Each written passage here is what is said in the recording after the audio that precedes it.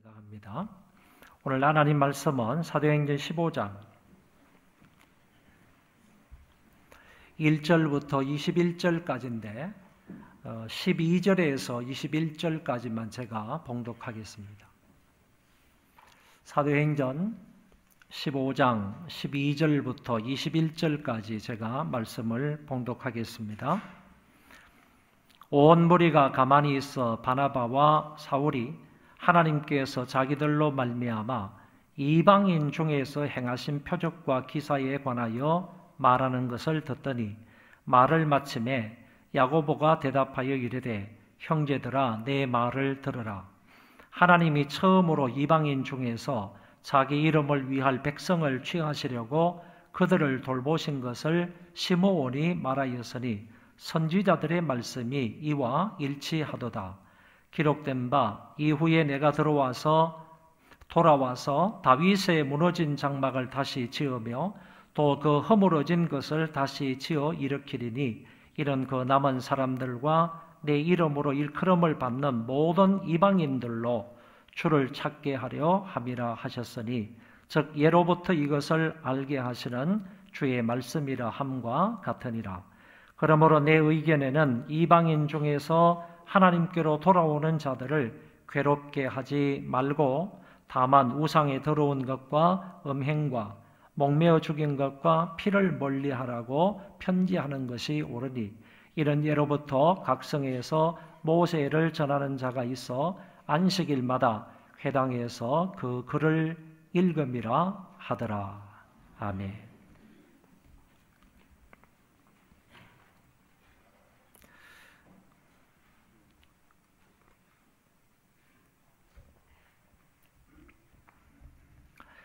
사도행전 15장의 말씀을 보면 예루살렘 총회에 관한 기사가 나오고 이어서 사도 바울이 제2차 전도 여행을 시작하는 부분을 기록해 주고 있습니다. 오늘은 우리가 읽은 사도행전 15장 1절부터 21절 말씀을 근거로 해서 주로 예루살렘 총회에 관한 내용만 살펴보도록 하겠습니다. 우리는 최초의 이 종교회의를 통하여 교회의 회의가 어떠해야 하고 그 결과가 무엇인지를 확실하게 배우게 될 것입니다. 몇 가지 질문을 함으로 본문의 말씀을 좀 더 구체적으로 살펴보겠습니다. 먼저 예루살렘 총회란 무엇입니까? 이 총회는 기독교회 역사 가운데서 최초로 열린 총회입니다. 그리고 바울의 1차 전도 여행과 2차 전도 여행 사이에 있는 사파적 사건이다라는 얘기입니다. 사도 바울이 1차 전도 여행을 마쳤습니다. 2차 전도 여행을 시작하는데 그 사이에 끼어 있는 그런 회의가 예루살렘의 종교 회의였다, 그런 얘기입니다. 그래서 1, 2차 전도 여행 사이에 끼어 있는 사파적인 사건이 예루살렘 종교 회의였다는 얘기입니다. 이것은 이방인 교회였던 안디옥 교회의 요청으로 바나바와 바울을 파송하여 예루살렘에서 모인 회의였습니다. 문제의 이슈와 회의 과정과 그 결과는 이후 모든 회의의 원리적인 측면에서 모범이 된다고 봅니다. 예루살렘에서 사도들과 장로들이 함께 모여서 안디옥 교회가 가지고 있었던 문제였던 이 신앙적인 문제 또는 신학적인 이 문제를 함께 논의한 것이 바로 예루살렘 총회가 되겠습니다. 다음은 이 회의가 왜 모였는가? 모이게 된 이유와 목적에 관해서는 본문 1절에서 5절에 잘 나타나 있습니다. 우선 1절을 보면 어떤 사람들이 유대로부터 내려와서 형제들을 가르치되, 이때 유대로부터 내려왔다 하는 말은 예루살렘 교회에서 안디옥 교회로 내려왔다, 그런 얘기입니다. 말하기를 너희가 모세의 법대로 할례를 받지 아니하면 너희 구원을 받지 못하리라 라고 얘기를 한 것입니다. 이 사람들은 공식적인 입장에서 예루살렘 교회에서 안디옥 교회로 파송받은 지도자는 아닙니다. 그렇기 때문에 이들이 전하고 가르치는 이 메시지도 예루살렘 교회의 공식적인 메시지가 아니다 하는 점을 알게 되는 것입니다. 이들이 이방인 교회에 내려와서 하는 말이 너희가 구원을 받으려면 할례를 받아야 한다, 이렇게 주장을 하고 가르치게 된 것입니다.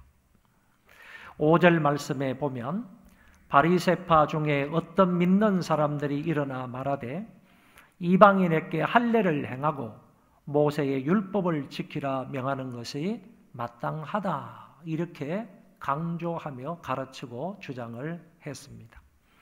여기에서 마땅하다, 제일 끝부분이 있죠.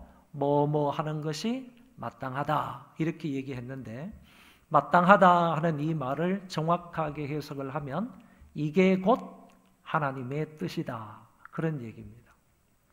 이 사람들은 공식적으로 파송받은 지도자도 아니고 그리고 그 메시지조차도 공식적인 예루살렘 교회의 메시지가 아닌데 엉뚱하게 안디옥 교회에 와가지고 이런 메시지를 전하면서, 다시 말해 이방인 기독교인이라 할지라도 구원을 받으려면 할례를 받아야 된다, 이렇게 주장하는 것이 곧 하나님의 뜻이다, 이런 의도로 그들에게 말하고 가르쳤다, 그런 얘기입니다. 갈라디아 교회 안에도 이런 문제가 있었습니다. 다시 말하면 안디옥 교회에 있었던 그 문제가 갈라디아 교회에서도 있었다라는 얘기입니다. 그러나 나와 함께 있는 헬라인 디도까지도 억지로 할례를 받게 하지 아니하였으니, 읽겠습니다. 시작. 이는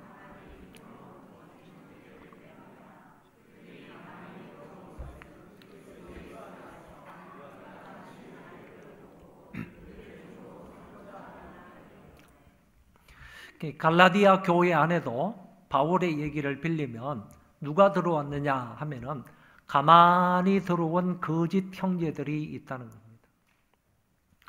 이 이단이나 사입이나 이 거짓 가르침을 주는 사람은 항상 그냥 조용히 들어온다는 겁니다. 가만히 교회에 들어와서 교회를 그냥 들쑤셔 놓는다는 말이에요. 그 사람들이 들어와서 어떤 역할을 하느냐?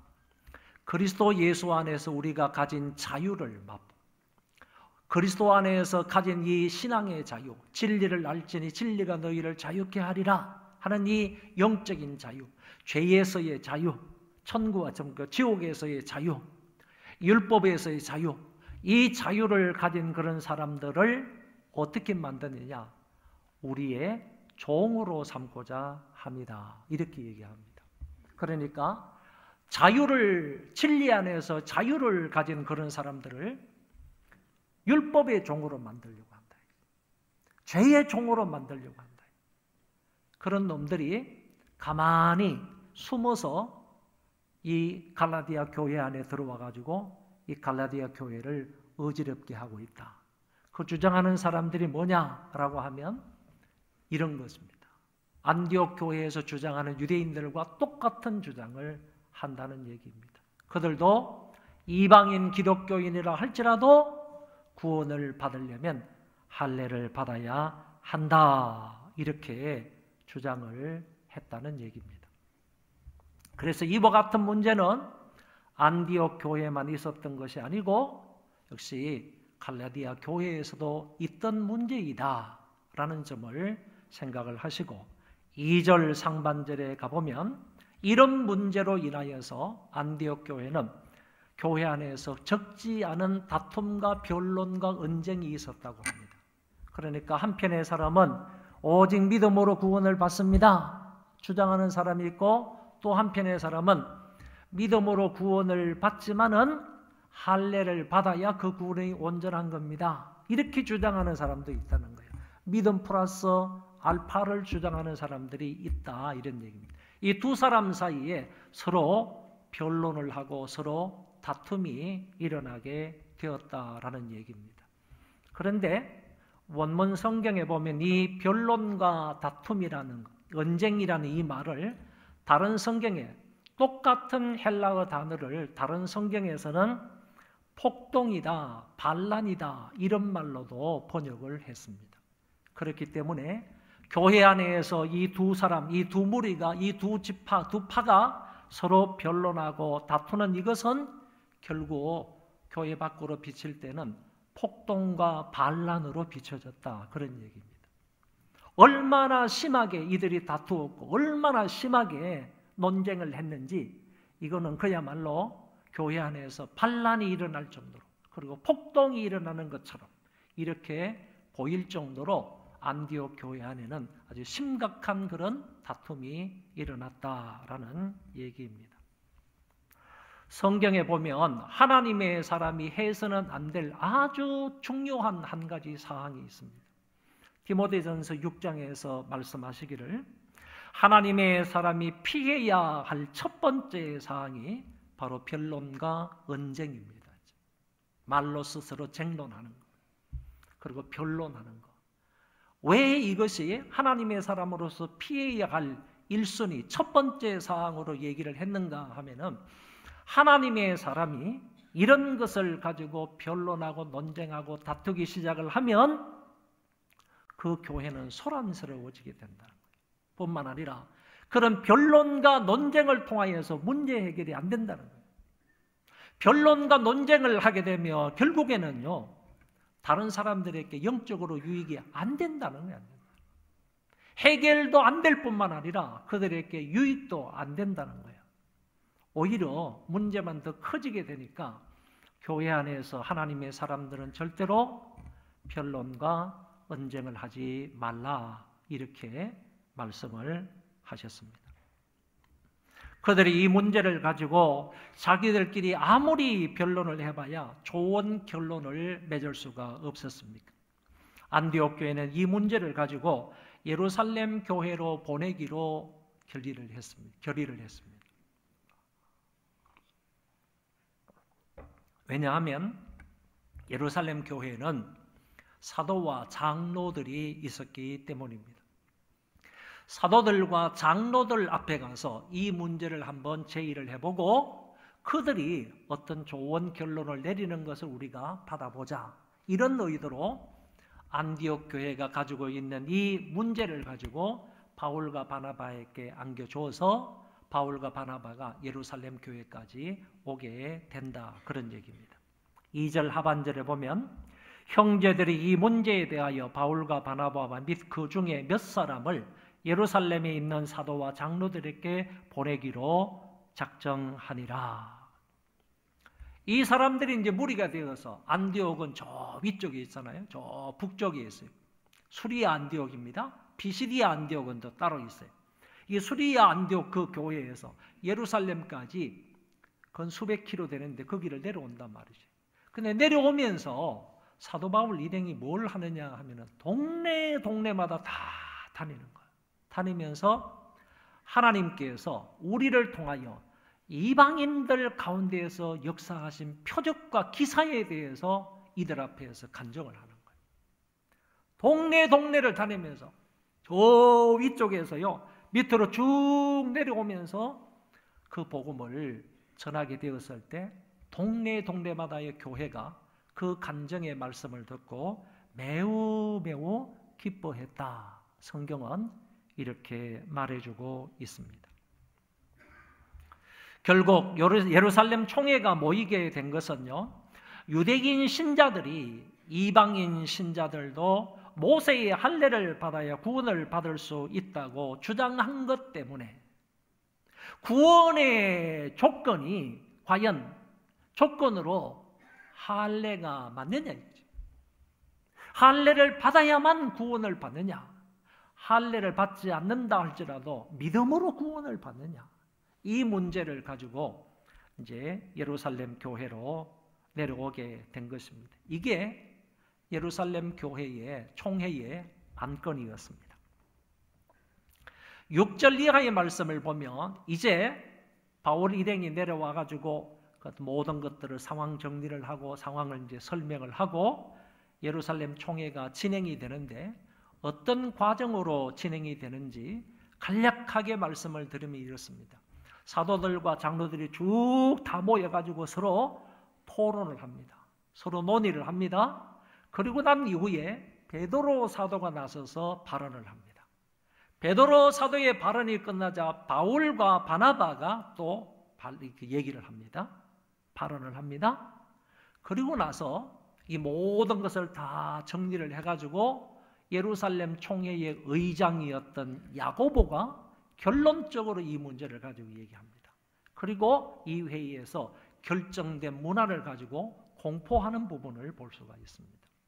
그러니까 이런 과정을 거쳐서 이제 이 문제가 예루살렘 총회에서 논의가 된다 하는 얘기입니다. 그러면 많은 토론 이후에 베드로가 발언하는 것부터 잠깐 살펴보도록 하겠습니다.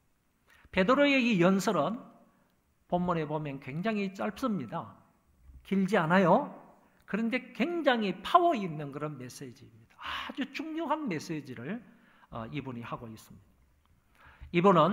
이 베드로는 고넬료 사건을 건으로 이방인의 자유를 강력하게 주장을 합니다. 베드로가 이 공회원들 앞에서, 이 총회원들 앞에서 연설을 할 때, 그때가 AD 한 50년경이라고 볼 수 있어요. 왜냐하면 예루살렘 공회가 그때 이루어졌기 때문에. 그러면 예루살렘이 총회 앞에서 베드로가 연설을 하는데 무슨 사건을 가지고 얘기하느냐 하면 고넬료 사건을 가지고 총회원들 앞에서 얘기를 했단 말이죠. 그런데 그 고넬료 사건은 총회가 있기 전에 10년 전에 있었던 얘기예요. AD 40년에 있었던 이야기란 말이죠. 그 10년 전에 있었던 그 사건을 끌어들여서 총회에 모여있는 사도들과 장로들 앞에서 이 얘기를 다시 하는 겁니다. 이 얘기를 하게 된 것은요, 그 고넬료 사건 이전에 하늘로부터 내려온 큰 보재기가 있습니다. 보재기 환상을 이 베드로가 보게 되는데 그 보재기 환상과 그리고 이어지는 고넬료 사건, 이런 부분들을 보면 베드로 자신에게 이 사건과 이 환상은 충격적이었다는 거예요. 충격적이었다.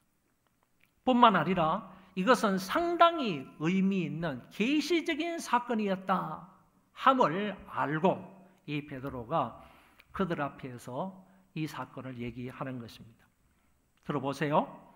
유대인들도 율법의 멍에를 감당하지 못하면서 어찌 이방인들에게 그 짐을 지우려고 하느냐, 이것은 합당하지 않다라고 말하면서 또 성경 10절에 보면 이렇게 말합니다.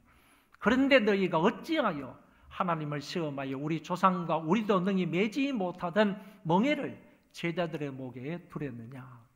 이때의 멍에, 짐이라는 것은요, 곧 할례와 율법적인 의식들을 말하는 것입니다.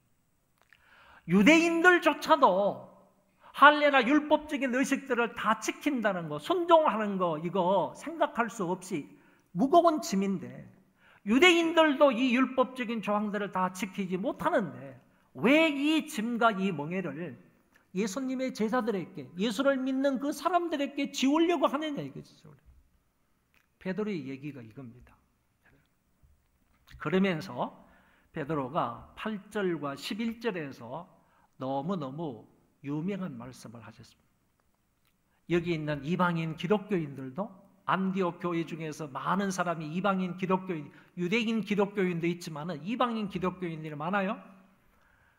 우리와 같이 그들에게도 하나님이 성령을 주셨다. 우리에게 오순절날 성령을 주신 것뿐만 아니라 이방인들에게, 이들에게도 하나님이 성령을 주셨다는 거예요. 여러분, 성령을 받는다면 성령을 받기 이전에 반드시 이 과정이 있어야 돼요. 그게 뭐냐면 예수 그리스도를 주로 믿고 믿음으로 말미암아 구원을 받아야 되는 거예요. 예수 그리스도를 믿고 구원을 받아야만 하나님께서 그 사람 안에 성령을 선물로 보내주시는 거예요. 베드로가 이렇게 얘기한다니까. 우리와 똑같이 하나님께서 이들에게도 성령을 주셨다. 그러니까 앞에 있는 과정을 이미 다 거친 거예요. 그 뒤에 말을 보세요. 11절에 보면 그들이 우리와 동일하게 주 예수의 은혜로 구원받는 줄을 믿는다. 여러분, 주 예수의 은혜로, 하나님의 은혜로 예수 그리스도를 믿으면 구원을 받는 것이고, 구원을 받은 사람은 하나님께서 보내주시는 성령을 선물로 받는 거예요. 이거를 뒤바꿔서 얘기를 하면 11절부터 먼저 얘기하고 그 이후에 8절을 얘기하면 우리가 가지고 있는 이 구원의 교리에 맞는다, 그 말이죠. 맞아요. 베드로가 이렇게 얘기를 했다는 겁니다. 이렇게 해서 그리스도를 믿음으로 구원을 받고 성령을 선물까지 받았는데 여기에 할례를 받아야지 구원을 받는다고? 이것 가지고는 안 되고 여기에다가 플러스 알파로 할례를 받아야 된다고? 또 다른 율법적인 의식들을 지켜야 된다고? 이건 말이 안 된다는 얘기지 말이야. 이미 구원을 받아서 그것으로 인하여 하나님으로부터 성령까지 선물로 받은 이 사람들이 또다시 할례를 행하여야 구원을 받는다고? 말이 안 된다는 얘기를 여기에서 하고 있는 것입니다. 베드로는요, 이 문제를 이렇게 그 회원들 앞에서, 총회원들 앞에서 담대하게 이야기할 수 있는 것은요, 베드로가 가지고 있던 구약 말씀에 대한 지식, 그리고 오순절 성령 사건, 자기들이 친히 경험한 사건, 그리고 하나님이 계시해 주신 그 보자기 환상, 그리고 고넬료의 변화를 근거로 해서 이방인들이 구원을 받기 위하여 할례를 받을 필요가 없다, 이거를 주장하는 거예요. 이와 같은 성경 말씀과 자기에게 있었던 그 성령의 어떤 역사적인 것, 이런 경험적인 것, 이 모든 것을 종합해 봐서 베드로가 판단하는 거예요. 이방인이 구원을 받기 위해서 믿음은 한 가지 있으면 되지, 믿음만 있으면 되지, 믿음뿐만 아니라 할례를 받아야 한다는 것은 진리가 아니다. 이런 진리가. 이거는 모든 성경이 증명하는 것이고 뿐만 아니라 우리가 경험했던 성령의 역사하심에 대한 경험적으로 보아도 이거는 아니다라고 분명하게 판단을 한 것입니다. 이제 베드로의 증언에 이어서 바나바와 바울이 말을 하기 시작합니다. 그런데 누가는 이 바나바와 바울의 이야기를 매우 짧게 이야기를 합니다. 12절에 온 무리가 가만히 있어 바나바와 바울이 하나님께서 자기들로 말미암아 이방인 중에서 행하신 표적과 기사에 관하여 말하는 것을 듣더라. 여러분, 여기에서 중요한 말이 하나님께서 자기들로 말미암아, 이거는 1차 전도 여행을 갔던 바울과 바나바에 대한 거예요. 자기들로 말미암아 이방인 중에서 행하신 표적과 기사에 관하여서 말하더라. 여러분, 사도 바울과 이 바나바가 1차 전도 여행을 이 수리 안디옥 교회에서 출발해서 구브로 섬까지 가지 않습니까? 구브로 섬에서 전도하다가 다시 배 타고 아시아 쪽으로 올라갑니다. 아탈리아를 거쳐서 타우로스 산맥을 건너가서 피시디아 안디옥까지 가는, 거기서 더베, 루스트라, 이고니온, 이고니온, 루스트라, 더베 지역을 쭉 전도를 하고 다시 돌아오는 과정이 1차 전도 여행이잖아요. 여기는 전부 이방인 지역이에요. 유대 지역이 아니란 말이에요. 그런데 이 사람들 가운데서 하나님께서 강력한 그런 표적과 기사를 행하였다는 거지. 그것으로 인하여서 우리가 던진 그 복음을 들음으로 말미암아 이 사람들이 믿음으로 구원을 받았다는 거야. 이 사람들이 구원을 받은 것은 믿음으로 구원을 받은 거지, 할례를 행하였기 때문에 구원을 받은 거냐 이거지. 어떤 의식을 지켜서 이 사람들이 구원을 받은 거냐 이거.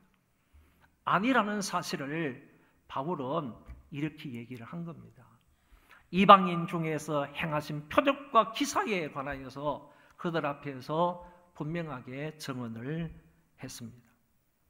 그리고 난 이후에 의장이었던 야고보 선생이 일어나서 연설을 시작하는데 사도행전 15장에 나온 여러 명의 연설 가운데 가장 길고 상세하고 정확하고 지혜로운 연설이 야고보의 연설입니다. 이때의 야고보는 우리가 아는 것처럼 예수님의 동생 야고보이고 야고보서를 기록한 야고보입니다.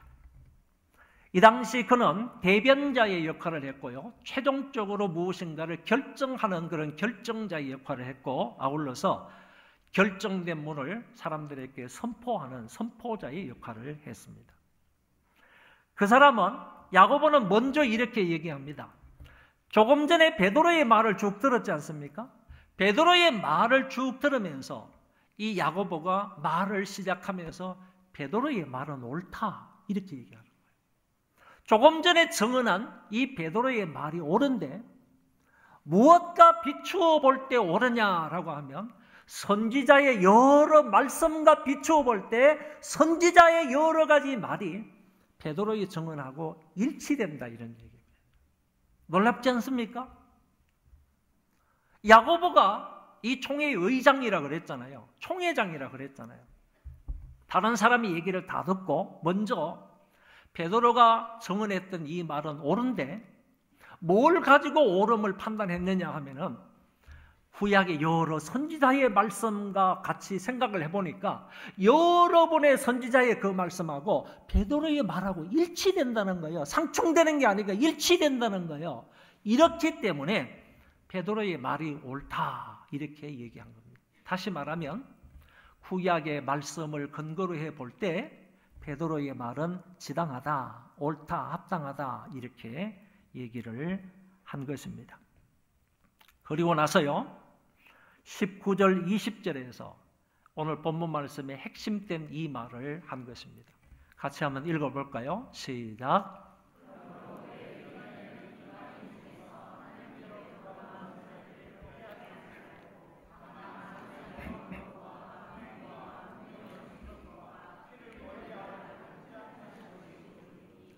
자, 여기 보면 이 야고보가 결론을 말하는데 이 회의에 어떤 안건에 대한 결론을 말하는데 아주 조심스럽게 얘기합니다.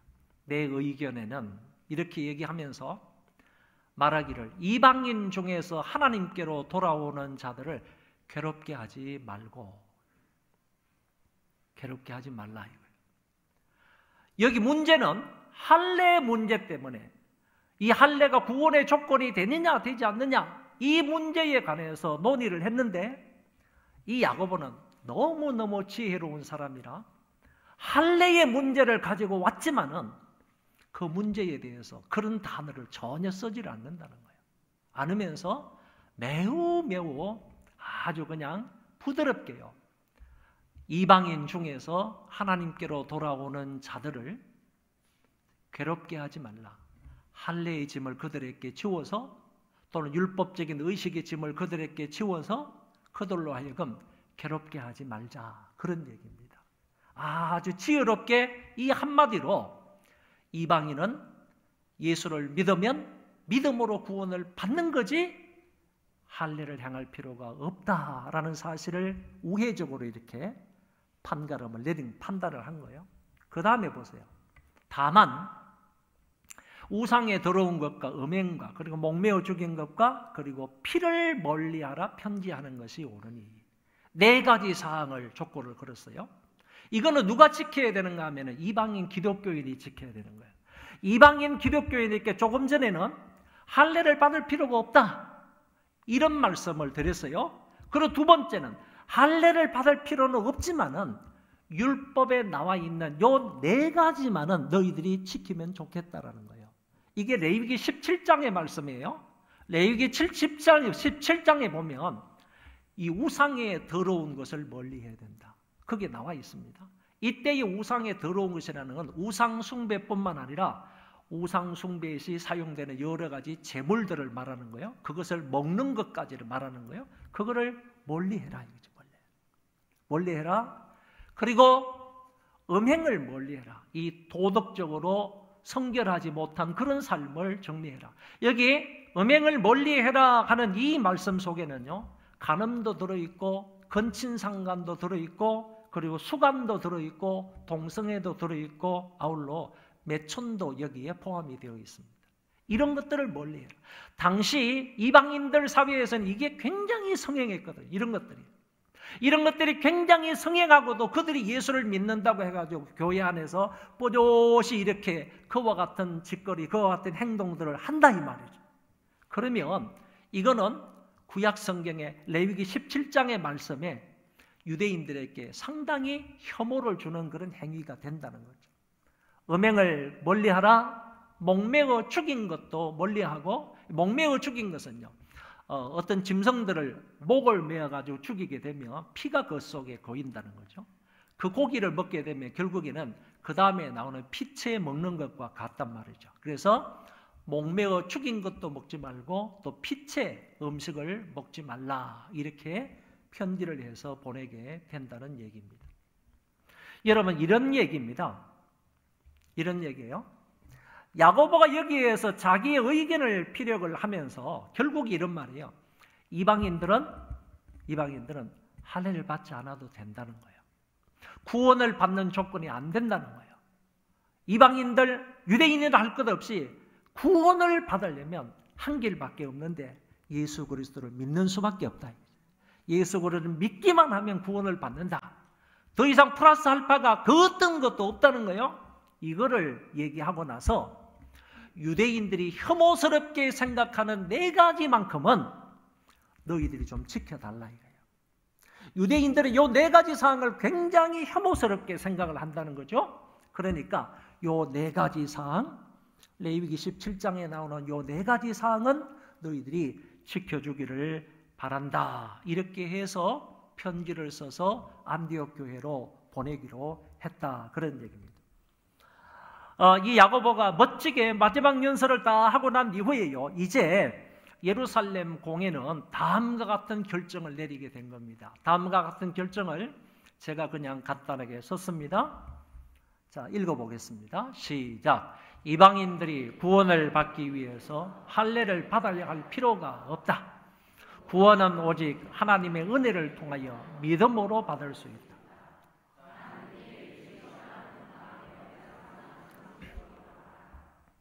자, 요것을 이제 예루살렘 총회에서 결론을 맺게 된 것입니다.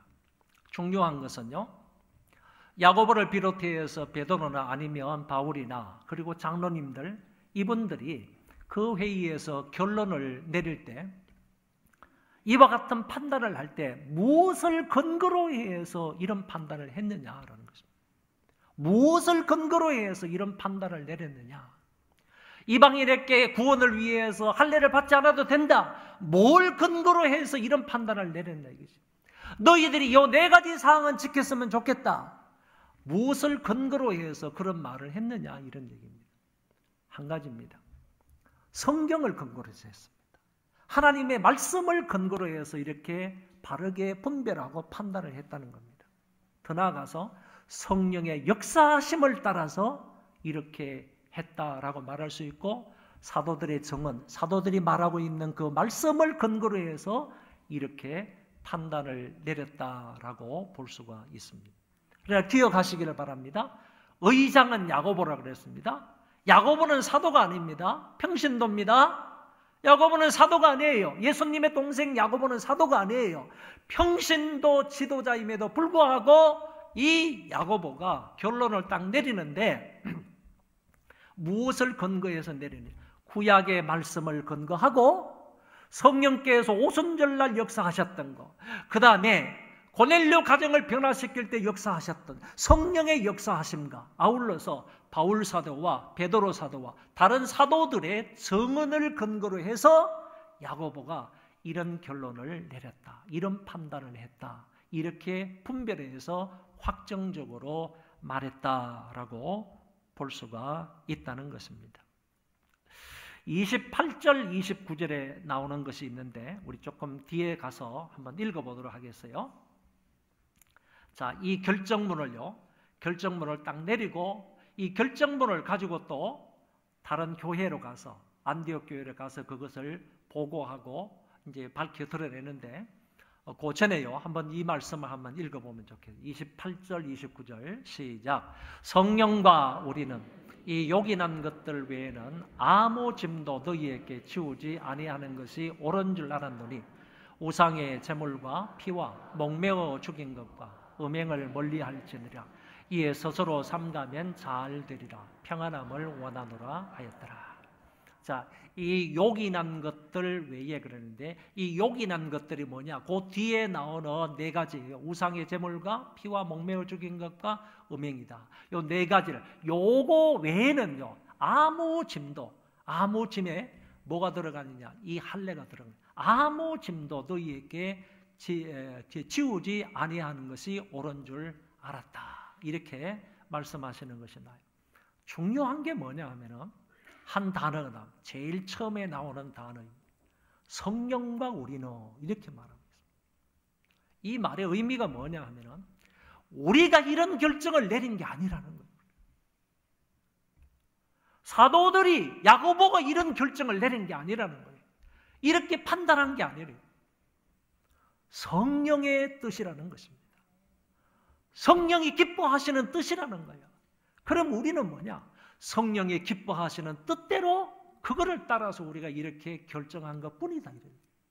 실제적인 것은 성령이 기뻐하시는 것을 따라서 성령의 뜻을 따라서 우리가 결론을 내렸다. 이런 말이 되는 것입니다.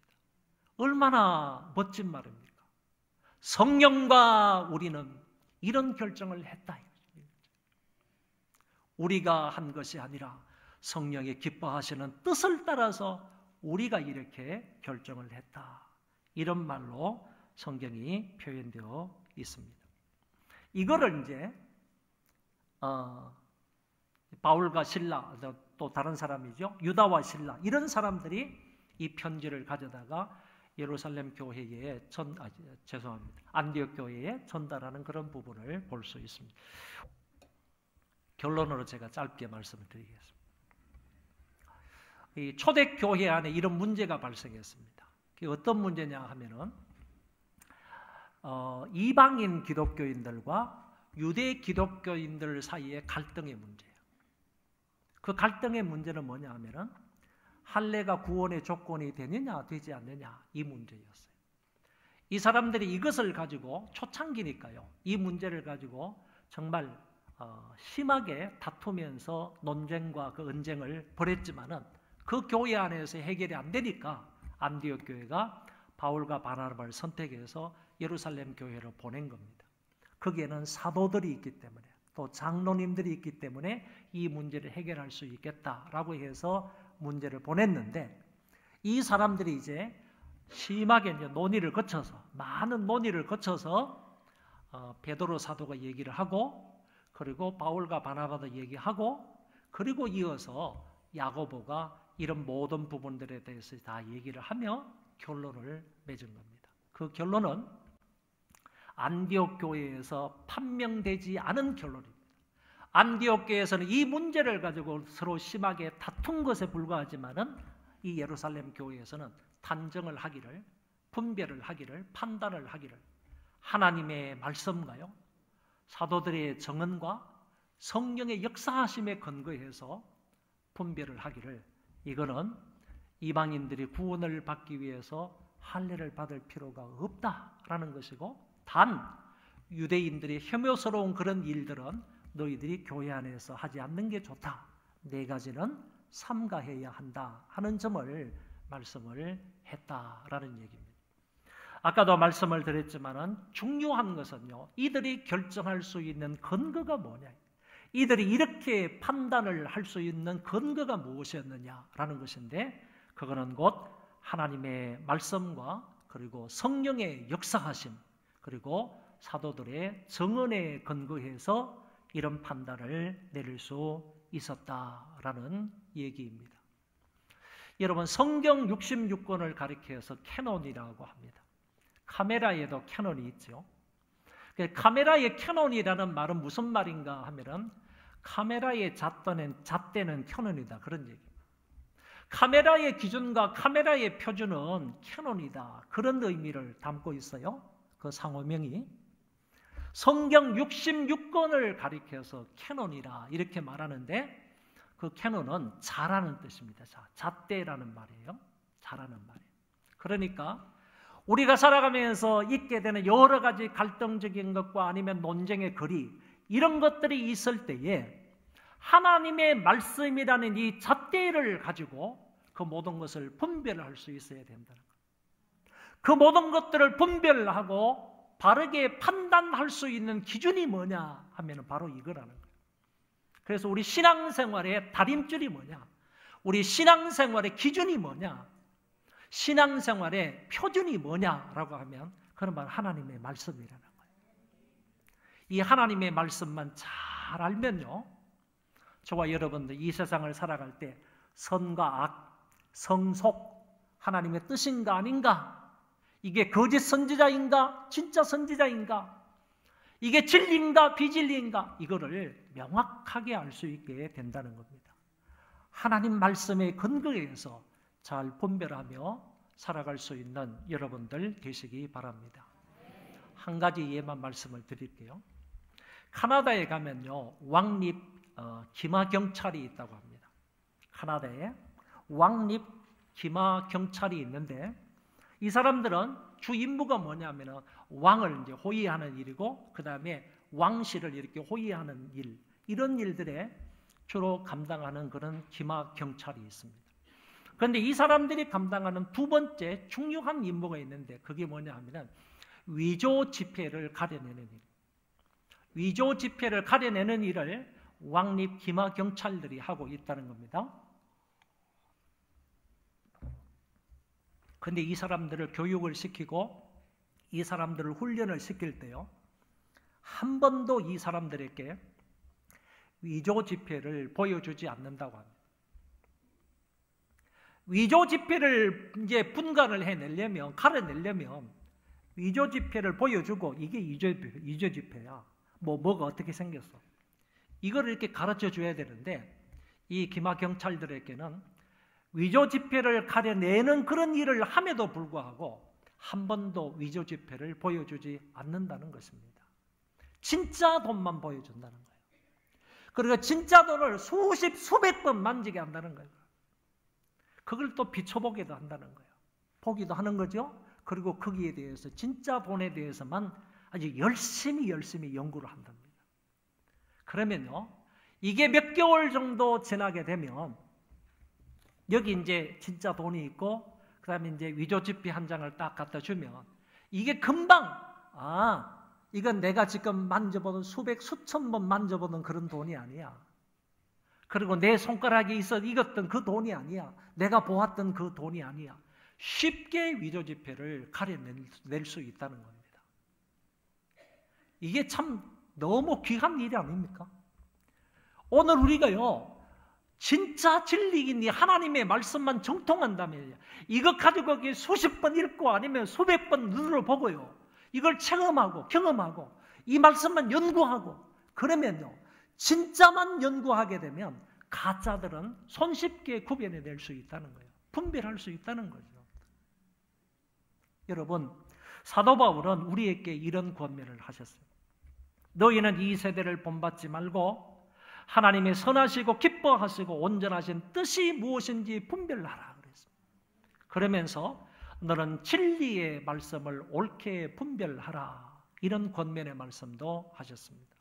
사랑하는 우리 소망교회 성도 여러분, 하나님의 이 진리의 말씀을 잘 알아서요, 선과 악을 잘 분별하시고 하나님이 기뻐하시는 것과 그러지 않은 것을 잘 분별하시고 진리를 잘 분별하시고 그리고 말세에 특별히 영을 잘 분별하시고요, 말세에 참 선지자가 누구이고 거짓 선지자가 누구인지를 분별하시고 교회도요, 거룩한 공교회가 어떤 교회이고 그렇지 않은 교회가 어떤 교회인지를 여러분이 잘 분별해서 삶으로 여러분의 인생이 멋진 아름다운 인생이 되시기를 바랍니다.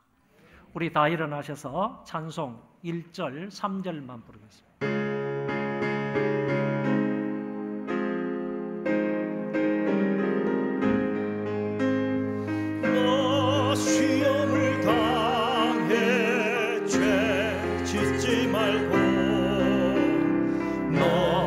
용기를 가해 곧 물리치라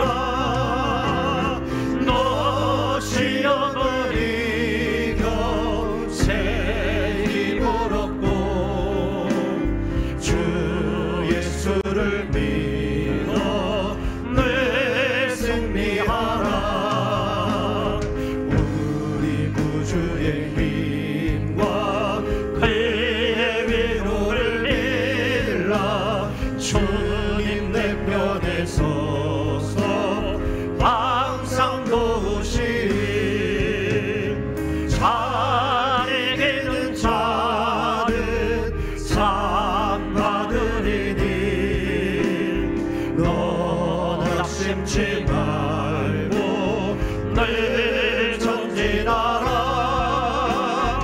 내 구세주 예수 힘 주시리니 주 예수를 믿어 늘 승리하라 우리 구주의 힘과 그의